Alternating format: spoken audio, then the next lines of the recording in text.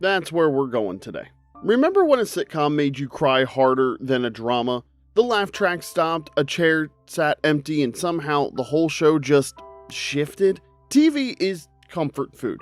Familiar faces, familiar stories, but every now and then the writers flip the script. A car crash here, a dropped punch bowl, a shove in front of a train, and suddenly your favorite show was just different. The response to our first video about TV characters who died unexpectedly was overwhelming and emotional. The comment section became a full-blown group therapy session, so today we're back with 6 more unexpected TV deaths that blindsided us, some quietly and some very violently, but all of them left a mark. Some of these picks are a bit outside of our usual timeline, but you were very vocal in the comments with great suggestions, and we listened, so if you missed part 1, we dropped the link in the description so you can check it out there. Now, before we get started, be sure to like and subscribe. It really does help the channel. Now, grab a box of tissues and let's get into the countdown with number 6, Edith Bunker, Archie Bunker's Place, CBS.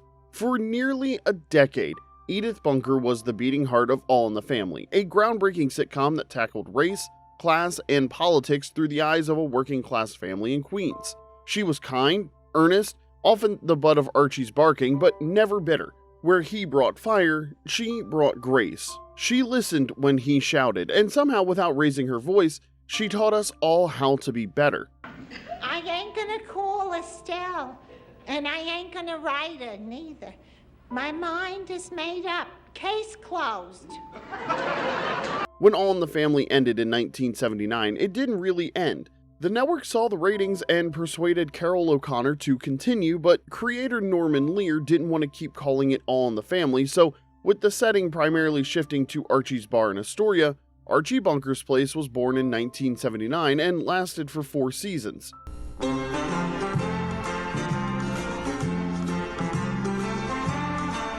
Some fans debate whether it was a true spin-off or just a rebranded continuation, but either way, it picked up right where All in the Family left off. While not as popular as its predecessor, the new show still pulled in strong numbers. So strong, in fact, that it bumped Robin Williams' Mork and Mindy from its Sunday night time slot. The bunker home remained part of the world, but the focus shifted to Archie's Tavern and its regulars. Viewers, however, weren't ready for who didn't come back full-time. Behind the scenes, Jean Stapleton was done. She felt Edith's journey had run its course, and after appearing in just 5 episodes of the first season, she was ready to exit stage left. I had decided we'd done everything we could, and there was time to go on or be buried, as far as casting is concerned. Yes, she was ready, but we weren't. When Archie Bunker's Place revealed that Edith died of a stroke off screen, it didn't just shock viewers, it gutted them. Wasn't supposed to be like this, you know. I was supposed to be the first one to go. There was no big moment, no dramatic hospital bed goodbye, just a quiet reveal in the 2nd episode of Season 2, Archie Alone Part 2, with Archie sitting alone holding one of Edith's slippers, struggling to accept that she was gone. And Carol O'Connor? He acted the hell out of that moment. He was so amazing he won a Peabody for his performance. You had no right to leave me that way. Without giving me just one more chance to say I love you. His breakdown wasn't just Archie's, it felt like ours too. Rather than recast or pretend she had gone away, the writers gave Edith the dignity of a real farewell because that's what Edith deserved. It was a rare moment of emotional truth in a sitcom era that usually tiptoed around death. That 2-part episode became one of the most emotional moments in television history because it reminded us that even the characters we love the most don't always get the endings we want for them. I don't want to be no beneficiary. What do you people think, that I can just sign a person off the royal like that? I don't want it. Ooh, that still hits hard. Jean Stapleton continued working after leaving Archie Bunker's Place, earning Emmy nominations for portraying Eleanor Roosevelt and later guest starring on shows like Grace Under Fire and Murphy Brown. That's very kind of you, dear. I really hadn't made any definite plans. She stayed active on stage, toured with a one-woman show, and even lent her voice to Pocahontas too. She passed away in 2013 at the age of 90, leaving behind a legacy that extended far beyond Edith Bunker. In 2002, she was inducted into both the American Theater Hall of Fame and the Television Hall of Fame. Well-deserved honors for a performer who made millions laugh and cry in equal measure. Number 5. Jadzia Dax, Star Trek Deep Space Nine, syndicated. Premiering in 1993, Deep Space Nine broke the mold for Star Trek. It was darker, serialized, and way more emotionally grounded. Set aboard a space station near a strategic wormhole, the show followed a diverse crew navigating political tensions, interstellar war, and spiritual conflict in the Bajoran sector. Unlike other Star Trek series, Deep Space Nine didn't boldly go. It made you sit with the consequences. And at the heart of it all was Terry Farrell's Jadzia Dax, a symbiont hosting science officer with centuries of experience, razor-sharp wit, and serious combat skills. Believe me, I know. I've been a father a couple of times myself. Oh, I could tell you stories. You already have. She wasn't just the science officer, she was the soul of the station, calm under pressure, wicked with a batleth, Sisko's confidant, and at the center of one of Star Trek's most genuinely romantic arcs, her epic love story with Worf, played by Michael Dorn.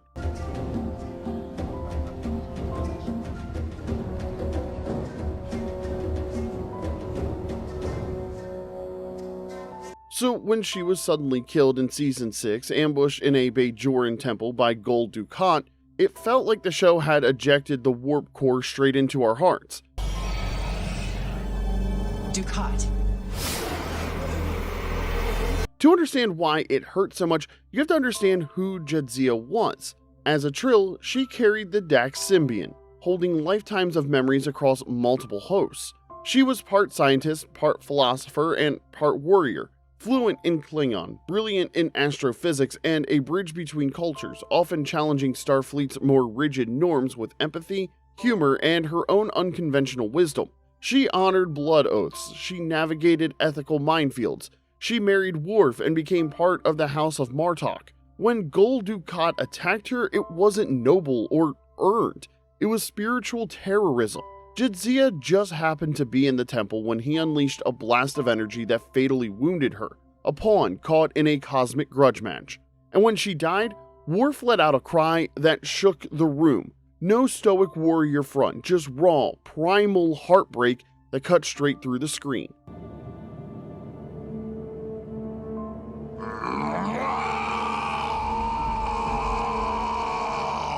Behind the scenes, actress Terry Farrell had decided to leave the show after contract negotiations fell through. The writers brought in a new Dax host, Ezri, for its 7th and final season, but fans never stopped mourning Jadzia. Her death remains one of the most emotional and controversial moments in Trek history. After Deep Space Nine, Terry Farrell stepped into a very different role, co-starring alongside Ted Danson in the CBS sitcom Becker. She played Reggie, the tough but charming diner owner engaged in a will-they-won't-they relationship with Becker. The show ran for 6 seasons, but Farrell was unexpectedly written out after season 4. Wow, that new coffee place is great. You actually patronize a place called Living La Vida Mocha? Shortly after, she took a break from Hollywood to focus on raising her son, but in recent years, Farrell has reconnected with the Star Trek community, attending fan conventions, appearing in indie projects like Renegades, and even launching a Star Trek Rewatch podcast with Armin Shimmerman, who played Quark. She's expressed interest in returning to the franchise, and I'm sure we would all happily beam her back in anytime. Number 4, Mrs. Landingham, The West Wing, NBC. Premiering in 1999, The West Wing followed the inner workings of a fictional US presidency, blending political idealism with human drama. At the center of the chaos was Mrs. Landingham, played by Catherine Joosten. She was President Bartlett's sharp-tongued, quietly compassionate secretary. Father and I begged them, but you can't tell kids anything. So they joined up as medics, and 4 months later they were pinned down during a fight in Da Nang and were killed by enemy fire. She wasn't a main character by any means. She didn't have flashy monologues or dramatic storylines, but she was the one person in the West Wing who didn't care about power or polls. She cared about him, President Bartlett, played by Martin Sheen, and he trusted her like family. She'd known him since he was a teenager when she worked for his father, and their relationship had more of a mother-son dynamic than boss-assistant. She gave him grief, perspective, and more than once, a verbal smackdown when he needed it. You know, I could beat you up anytime I want, sir. Secret Service would have you down like a calf at a rodeo. All of that is what made her sudden death in Season 2, Episode 18th and Potomac feel like the floor falling out from under the audience. It came just as things were starting to look up for her. She had finally bought her first new car, something she'd never done in her life, then boom, an off-screen car accident. No warning, no build-up, just a phone call, and she was gone. There was an accident at 18th and Potomac. Mrs. Landingham was driving a car back here. What happened? It was a drunk driver, and they ran the light at 18th and Potomac. They ran it at a high speed. Charlie's show, right? No. She's dead. The moment hit especially hard because of how the West Wing handled it. She reappeared in the next episode, Two Cathedrals, as a kind of ghost or memory, challenging Bartlett to stop wallowing and step up. Only Mrs. Landingham could come back from the grave just to deliver a verbal spanking. But if you don't run because you think it's going to be too hard or you think you're going to lose, well, God, Jed, I don't even want to know you. And that's what made her death so impactful. It wasn't just sad, it was a turning point. For the show, for the president, and for the fans who suddenly realized no one was safe, not even beloved mother figures. Behind the scenes, actress Catherine Jewston had only signed on for 2 seasons, but instead of writing her off quietly, the writers gave her one of the most unforgettable exits in network TV drama. The show ran for 5 more seasons after her death, but if you're like me, you still can't hear the words Two Cathedrals without tearing up a little. Catherine Jewston went on to have a remarkable career after The West Wing. She earned 2 Emmy Awards for her role as the fiercely lovable Karen McCluskey on Desperate Housewives and appeared in dozens of popular shows like Scrubs, Grey's Anatomy, The X-Files, and The Mentalist. She even showed up in Wedding Crashers and Joan of Arcadia, where, fittingly, she played God. Jewston passed away in 2012 from lung cancer at the age of 72, just 20 days after her character on Desperate Housewives died of the same disease in the series finale. She started acting in her mid-40s after a career in nursing and left behind one hell of a legacy. Are y'all still with us? Well, good, because if you've been emotionally wrecked at least once so far, go ahead and hit that like button and don't forget to subscribe. We've got plenty more where this came from. Number 3, Matthew Crawley, Downton Abbey, ITV, and PBS.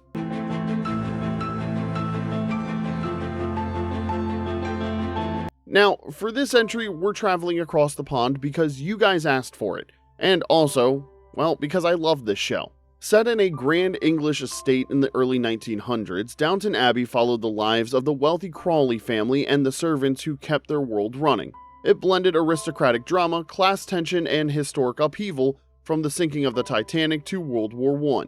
Enter Matthew Crawley, a distant cousin, a middle-class lawyer, and, after a string of tragic events, the surprise heir to Downton. Mamma, may I present Matthew Crawley and Mrs. Crawley, my mother, Lady Grantham. What should we call each other?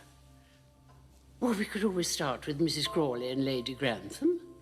At first, the Crawleys barely tolerated him. He was too modern, too independent, too not one of them. But over time, Matthew proved himself. He wasn't just smart, he was kind, thoughtful, grounded. He didn't just win Lady Mary's heart, he helped soften it.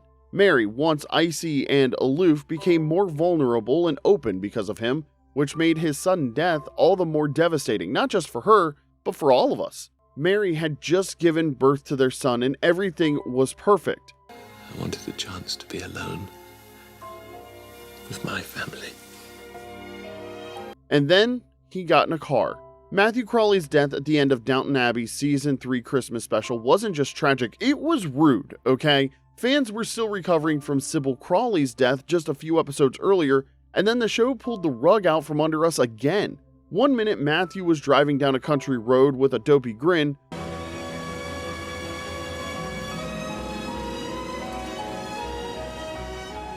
the next his car flipped off screen and crushed him. A literal wreck, and emotionally, same. The timing made it even worse. This wasn't some slow fade out or noble sacrifice, it was a blink and he's dead shocker that left fans reeling. So, what happened? Well, actor Dan Stevens had only signed a 3-season contract and chose not to renew. The writers had to write him out quickly and decisively, which, in Downton Abbey terms, meant car crash on a holiday episode. To this day, fans argue about whether the death was a betrayal or just brutal realism.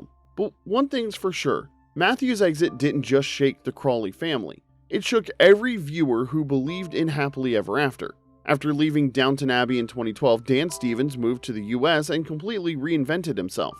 He earned critical praise in the thriller The Guest, played a time-traveling Sir Lancelot in Night at the Museum, and took center stage as the Beast in Disney's live-action Beauty and the Beast, which made over $1 billion at the box office. On TV, he starred as the mind-bending mutant David Haller in Marvel's Legion, voiced Corvo in the animated series Solar Opposites, and popped up in everything from Eurovision to Godzilla x Kong.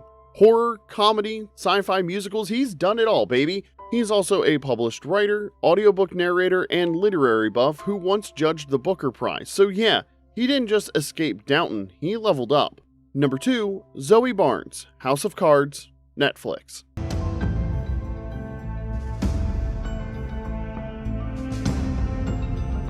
House of Cards was Netflix's first breakout original series. It was slick, cynical, and full of backroom betrayals. Premiering in 2013, the show introduced us to a literal cast of characters, including Frank Underwood, played by Kevin Spacey, with Southern charm and a steel spine. At the start, he was the House Majority Whip, but behind the scenes, he was a master manipulator with a bottomless thirst for power. And then there was Zoe Barnes, played by Kate Mara, a hungry young reporter for the Washington Herald who was willing to play a dangerous game to get ahead. At first, her relationship with Frank was transactional. He leaked political intel to her, she wrote front-page stories that furthered his agenda. The lines quickly blurred, and before long, they were sleeping together.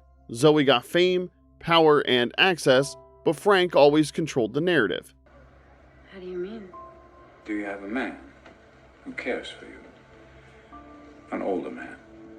No. By the end of season 1, Zoe started pulling away. She didn't trust him. She started asking questions, especially after the sudden death of Congressman Peter Russo, which had been ruled to be by his own hand. Working with fellow reporters Janine Skorsky and Lucas Goodwin, Zoe began digging deeper, and that was her mistake. We all knew House of Cards was dark. That was obvious in the first episode. We also knew Frank Underwood was dangerous. He made that clear when he put that dog down in the pilot. Someone who will act. Will do the unpleasant thing. And let's not forget, he'd already killed Russo. So when Zoe got too close to the truth, we should have seen it coming, but nothing, and I mean nothing, prepared us for the moment he pushed Zoe Barnes in front of that train. I want to believe you, Francis. You know Season 2, first episode, she's confronting Frank, trying to piece together what really happened to Russo. He's cagey, but she's persistent, and then bam!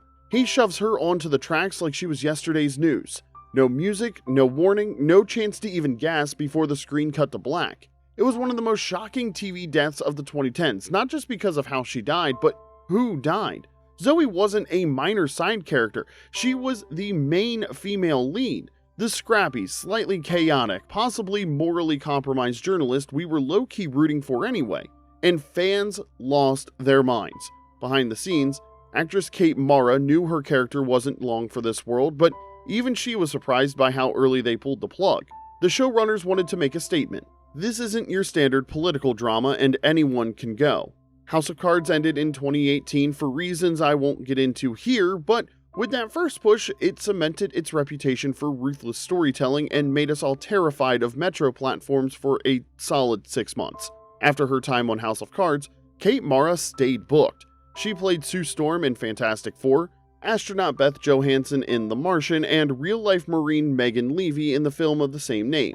She starred in indie dramas like My Days of Mercy and Chappaquiddick and took on complex roles in shows like Pose, A Teacher, and Class of '09. She's also stepped behind the camera, producing projects like Ghostwriter, The Smell of Money, and the FX miniseries A Teacher. Off-screen, she's a passionate animal advocate, follows a vegan lifestyle, proving that life after being pushed in front of a train car can still turn out pretty freaking great. Number 1. James Evans, Good Times, CBS.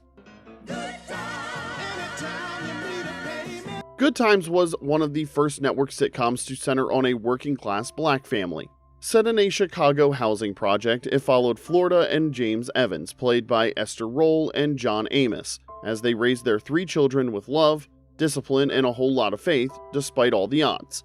James Evans was the core, tough, principled, and deeply devoted to his family. No fear because Santa Claus is here. Mama, this is for you. And this for my little man. You ready? Set, So when he unexpectedly died off screen, it felt like a gut punch. In the season 4 premiere, the Evans family was preparing to relocate to Mississippi, where James had a promising new job. They were finally moving on up. But then came devastation in the form of a telegram. James had been killed in a car crash. What followed was one of the most unforgettable scenes in TV history. Florida's scream, her grief, and the shattered punch bowl.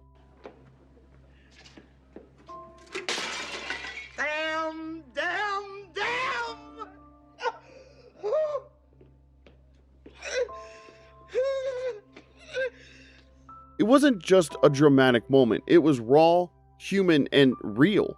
Behind the scenes, John Amos had grown increasingly frustrated with the show's direction, especially how JJ's character had become broader and more cartoonish. As Amos put it, too much emphasis was being put on the chicken hat and saying "dynamite" every 3rd page instead of focusing on the real struggles and triumphs of a working-class black family. 18 today, happy, bright, narrow man, and pure dynamite! He believed the show had strayed from its roots and he wasn't shy about voicing his opinion, so the producers said, "Bye, Felicia." Though James was still mentioned occasionally, his absence changed everything. The show limped through 3 more seasons, but it had lost its emotional center. To this day, James Evans' death remains one of the most powerful and talked about moments in network television. And whether you saw it live or caught it years later in reruns, one thing's for sure. You felt it. After Good Times, John Amos continued to blaze a trail on screen and on stage. He played the adult Kunta Kinte in the groundbreaking miniseries Roots, earning an Emmy nomination and cementing his legacy. He brought heart and humor to films like Coming to America and its sequel, and held memorable TV roles from Admiral Fitzwallace on The West Wing to recurring appearances on The District as Mayor Ethan Baker. He even starred in a short-lived Norman Lear sitcom production called 704 Hauser, which aired in 1994. We covered that disaster in a previous video, and the link's in the description. Anyway, back to John Amos. He was more than an actor, he was a storyteller. He wrote and toured a one-man stage play, Halley's Comet, for over 20 years, and he co-produced a documentary, America's Dad, chronicling his life, career, and impact. John Amos passed away in August of 2024 at the age of 84. A powerful presence, a principled voice, and a legacy that endures. So there you have it, 6 more unexpected TV character deaths that left us in shock, tears, and maybe yelling at our screens. Which one hit you the hardest, and who did we miss this time? Drop your picks in the comment section below because we're always listening. And if you haven't already, check out part 1. We dropped the link in the description below. Be sure to like, subscribe, and hit that notification bell so you don't miss what we have coming up next.